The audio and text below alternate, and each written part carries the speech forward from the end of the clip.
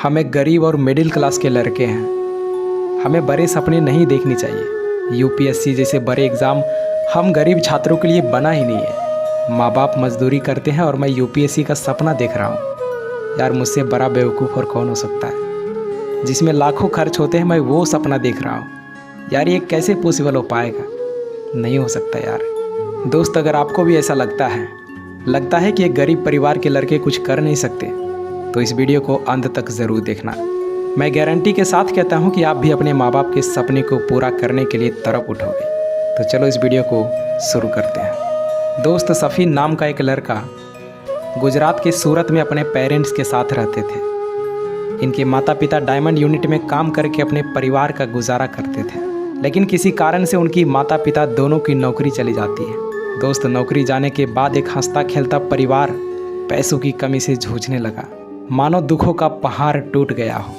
नौकरी चले जाने के बाद उनकी परिवार की स्थिति बहुत ख़राब हो गई थी, लेकिन एक बाप इतनी जल्दी हार कैसे मान सकता यार। अपने परिवार की स्थिति सुधारने के लिए, अपने बेटे की स्कूल की फ़ीस जमा करने के लिए इनके पिताजी घर घर जाकर इलेक्ट्रीशियन का काम करने लगे। और इनकी माँ दूसरों के घरों में रोटियां बनाया करती थी और कभी कभी शादी के फंक्शन में जाकर भी रोटियां बनाया करती थी। लेकिन क्या आपको लगता है कि इतने में घर का खर्च और पढ़ाई का खर्च निकल पाएगा? नहीं दोस्त। जिस प्रकार से हम अपना सिलेबस को कंप्लीट करने के लिए एक्स्ट्रा टाइम देते हैं, उसी प्रकार से घर के खर्चे को चलाने के लिए इनके माँ बाप भी एक्स्ट्रा काम करने लगे।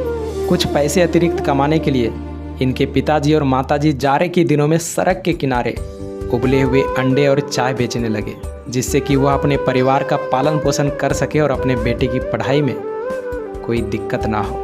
यार, एक बाप अपने बेटे की पढ़ाई के लिए अपना सब कुछ कुर्बान कर देते हैं। ना दिन देखते हैं, ना रात, ना गर्मी देखते हैं, ना बरसात, ना धूप, ना छाँव। यार कोई फ़र्क नहीं पड़ता इनको, क्योंकि इनके कंधे पर जिम्मेदारियां होती हैं। दोस्त, इनकी माँ भी कम नहीं थी। सर्दियों में भी पसीने से भीग जाती थी।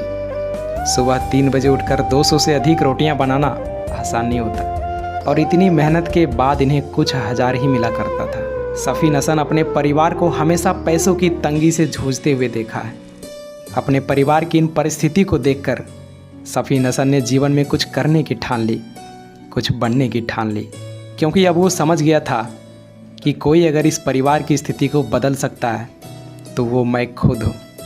मेरे सिवा और कोई इसे बदल ही नहीं सकता। मैं इस स्थिति को बदल कर रहूँगा। लेकिन सफ़ीन को यह पता नहीं था कि उन्हें बनना क्या है। एक दिन सफ़ीन के गांव में जब जिला अधिकारी आए, जिला अधिकारी के प्रति गांव वालों का सम्मान और इज्जत को देखकर सफ़ीन काफ़ी हैरान हो गए।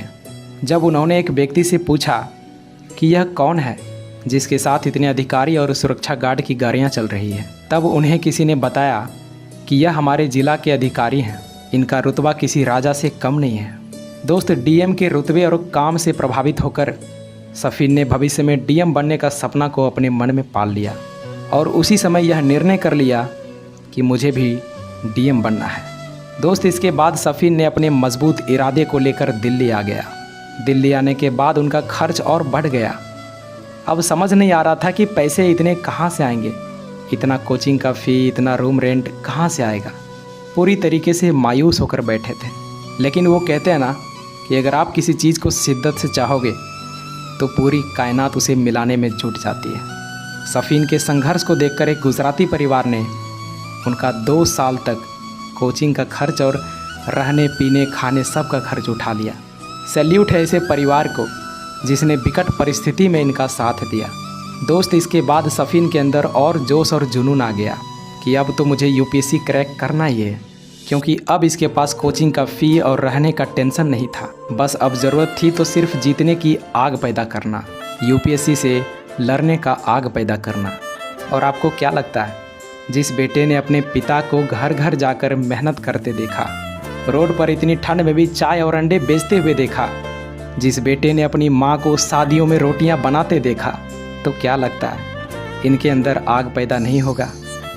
इन्होंने अपनी पूरी ताकत से यूपीएससी पर टूट पड़ा और अपने माँ बाप को आराम देने के लिए और अपने सपने को पूरा करने के लिए पूरी मेहनत और डेडिकेशन के साथ तैयारी करके अपना सिलेबस को कंप्लीट किया। दोस्त, अब शुरू होता है सफ़ीन का असली इम्तिहान। दरअसल जब ये यूपीएससी का मेंस एग्ज़ाम देने जा रहे थे तो रास्ते में ही इनका एक्सीडेंट हो गया और इनका पैर, इनका हाथ सब लहूलुहान हो गया था। अब इनके पास दो ऑप्शन था, या तो ये हॉस्पिटल जाए या फिर एग्ज़ाम देने के लिए जाए। लेकिन अगर हॉस्पिटल चले गए तो मेंस एग्ज़ाम छूट रहा था। कुछ देर बाद इन्होंने सोचा, अगर मैं यहाँ से बैक हो गया तो मेरे माँ बाप को 2-3 साल और मजदूरी करना पड़ेगा, और अगर मेरे रहते अपने माँ बाप को कोई तकलीफ़ हो तो मेरा रहना और ना रहना में क्या अंतर रह जाएगा। फिर इसने देखा कि मेरा राइट हैंड तो सेफ़ है, जिससे मैं मेंस एग्ज़ाम लिख सकता हूँ, वो तो सेफ़ है, मैं जा सकता हूँ, आई कैन डू इट। तो दोस्त, इनकी 2 सालों की मेहनत और इनके माँ बाप का स्ट्रगल इन्हें एग्जामिनेशन हॉल की तरफ खींचता चला आया, और अपने मजबूत इरादे और परिवार के संघर्ष को अपनी ताकत बनाकर सफ़ीन हसन 2017 में देश की सबसे बड़ी और कठिन परीक्षा कहे जाने वाले यूपीएससी एग्ज़ाम में 570 रैंक हासिल की और सबसे कम उम्र की आईपीएस अधिकारी बनकर अपने देश, अपने राज्य और अपने माता पिता का नाम रोशन किया। दोस्त, सफ़ीन हसन के संघर्ष और सफलता की कहानी देश के उन लाखों युवाओं को प्रेरणा देती है जो हर साल यूपीएससी और अन्य परीक्षा में भाग लेते हैं, लेकिन थोड़ी सी कठिनाई में अपना हौसला खो देते हैं और विपरीत हालातों से हार मानकर अपने लक्ष्य से भटक जाते हैं। दोस्त, सफ़ीन हसन की कहानी हमें बताती है कि कैसे कोई मनुष्य कड़ी मेहनत और अपने लक्ष्य के प्रति एक निष्ठा रख के कठिन से कठिन लक्ष्य को भी हासिल कर सकता है। तो आई होप ये स्टोरी से आपको बहुत मोटिवेशन मिला होगा, और इसी तरह के स्टोरी को सुनने के लिए इस चैनल को सब्सक्राइब ज़रूर करें। मैं मिलता हूँ आपसे अगली वीडियो में, तब तक के लिए जय हिंद, जय भारत।